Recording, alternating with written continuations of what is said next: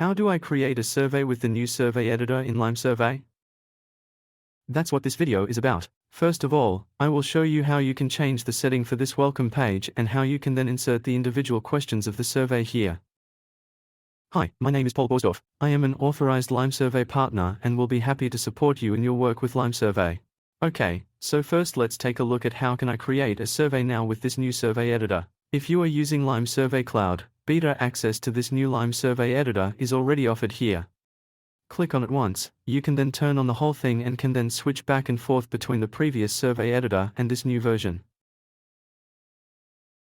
I have already switched it on here, so as soon as I say here that I want to create a new survey, then I have to do it here, as we know from the previous survey editor. First enter a title. I'm going to enter something like Video Survey Editor. Then I can select the language for the survey here and if I want to, sort it into a survey group. So this is only relevant if you have a lot of surveys that you want to sort. You can also leave the default setting here, then click on Create Survey and then you will be taken directly to this new survey editor, which we now want to take a look at together. The first step is that I can create a welcome page here and on this welcome page I can enter a welcome title. So something like welcome to this survey and then I can make a welcome description. So I can write in what the survey is about, what the content of the survey is. So, then I can now make two settings for this welcome page. On the one hand, whether it should be displayed at all, yes or no, and on the other hand, whether this information should be displayed here, how many questions are contained in this survey. I can also turn that on and off here, and then see the effect directly. So you can see that the nice thing about this new survey editor is that in this main field here in the middle, you can always see directly what the whole thing looks like. By the way, here on the left side there is also the structure of the survey, so you can see the questions there again in the structure and move them back and forth. Okay, let's go down here. A first group of questions is already displayed here and a sample question is already inserted there. So here I can now edit the first question and the first step is to enter a question text here. Let's assume that we now want to do a small seminar evaluation and the first question would be how satisfied people were with this seminar overall. Now I can enter a help text here in addition to this question text, if I want to. We don't need hints on how to fill out the question in this case and then the respondents can now enter an answer here if this would be an open text question. But now we don't have an open text question, but we want the respondents to make a choice from a number of given answer options, i.e. a single choice question, and it works like this. Here on the right side you can see the question settings, i.e. the question settings to this question, and there you can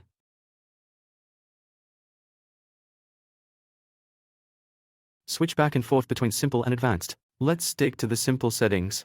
These are the most important ones you need to get started. You can set the question code first. It is now on Q00. I'll put it on Q1 to simply number the questions consecutively. And then I can now select the question type here.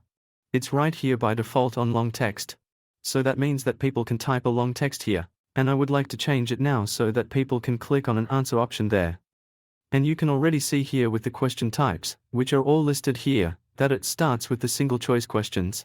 Because these are the types of questions that are used most often. Here there is list radio, so the respondents simply get a list of answer options, of which they can then click on one. The rest are a bit different, with a comment or 5 points. You can also do the whole thing as a drop-down or with such buttons here. Okay, let's start with a normal list radio question. I had already entered the question text here and can now enter the answer option here. We write something like satisfied to dissatisfied. Now I have entered the answer options, and the nice thing is that now I don't have to save again and again, but that this is automatically saved here. So it always says when the last storage took place. This is now the current time. Okay, then we can now add more questions to the survey here by simply clicking on this plus here, and then we can choose which question type we want to have. We have just looked at these single choice questions here, where respondents can click on one of the answer options. And then let's take a second look at the multiple choice questions. These are the questions where the respondents can then click on several answers. I click on multiple choice right here, then I can enter the question text here again. We'll now enter something like, which topics you found particularly interesting. So, and here the respondents can now click on several things, and here too I'll add a few answer options. So, you can now see that the questions here in this main field are displayed here as they appear in the survey, and you can also move them here within the question group if you want. In addition, I also see a structure here on the left side, so this is particularly helpful when you add more and more questions so that you have a small overview here. So here are my 2 questions that I have inserted. So, now I would like to add a third question, and there are now a bit more specific question types here. I will introduce them again in a later video. What is also often used, of course, are the text questions, so that you ask people an open question and they can then enter a text there, and there are short text, long text and several short texts. We'll just give the long text here and I'll ask a question again there.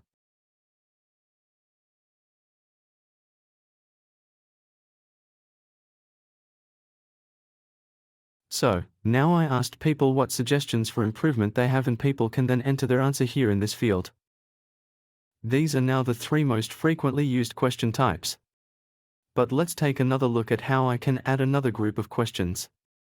Why do I need question groups? It is like this: we now have a group of questions here. This means that by default, these 3 questions are all displayed here on one question page, i.e. on a survey page. Now, if I want to add another survey page, I do so by adding another set of questions. To do this, I go to this plus and then don't select one of these question types, but here on the left side I go to add question group. So, now another question group will be added here, and I can now enter what this question group is about, and I'll write down something like evaluation of the individual aspects of the seminar. So, and now I can add more questions within this question group by clicking on this plus here, and within this question group I would like to show you another question type that is also used more often, and that is the matrix questions, here array.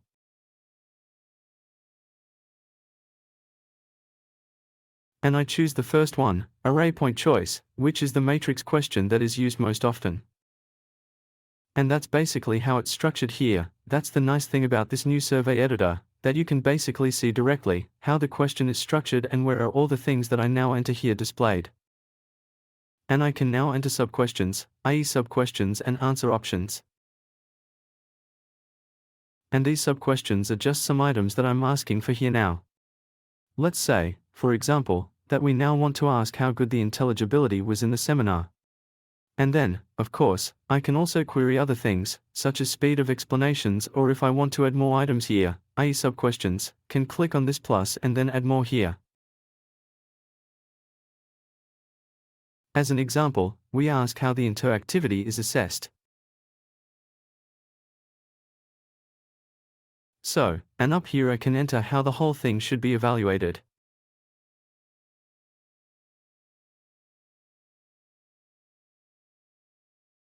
So, now I've basically created the matrix. Up here I can add another question text, something like, please rate these aspects of the seminar.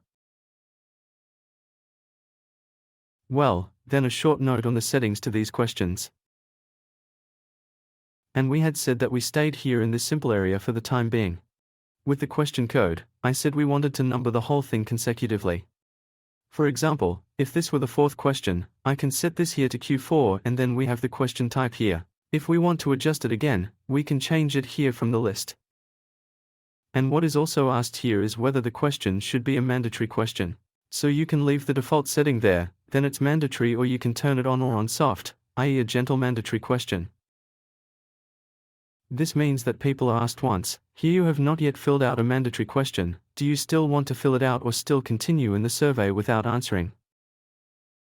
So, these have been the most important question types now, and also here the most important question settings. Of course, you can make many other question settings here in advanced, but they are no different than in the previous question editor.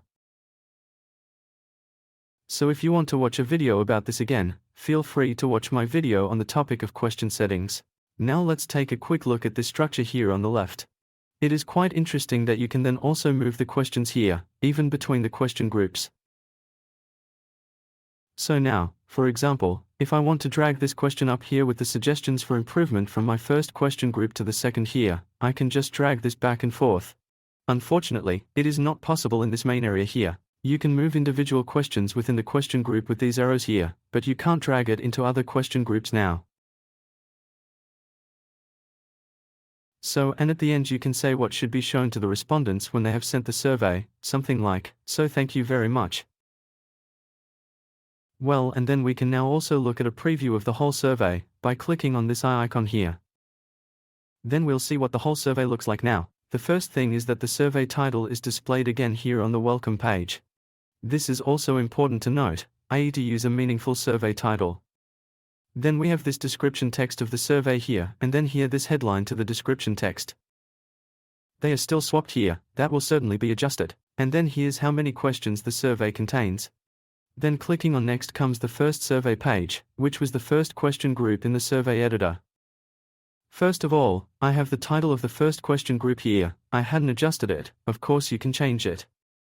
And then we have just my 3 questions that I had created here. So once people can make a simple selection, here they can click on several things and here they can enter a text, then what suggestions for improvement they have, and then we are in the second question group and here we have our matrix question. As I said, these were these sub-questions, and then here the answer option that respondents can enter there, and then we can click on submit, and then the final message does not come directly because we had set it to soft mandatory question here. This means that the respondents will now receive a message here. 1 or more mandatory questions were not answered. If possible, please fill it in before proceeding to the next page. However, you can then either answer the question or say continue without answering. So, then the survey is sent and then my text, which I had entered here in the final message, is displayed here. Thank you for participating in this survey. So much for the first glimpse of creating surveys with this survey editor. There will be more videos coming soon, where I will show how to activate and carry out the survey, etc. If you have any questions or need support in your work with LimeSurvey, please feel free to contact me. My website is linked below.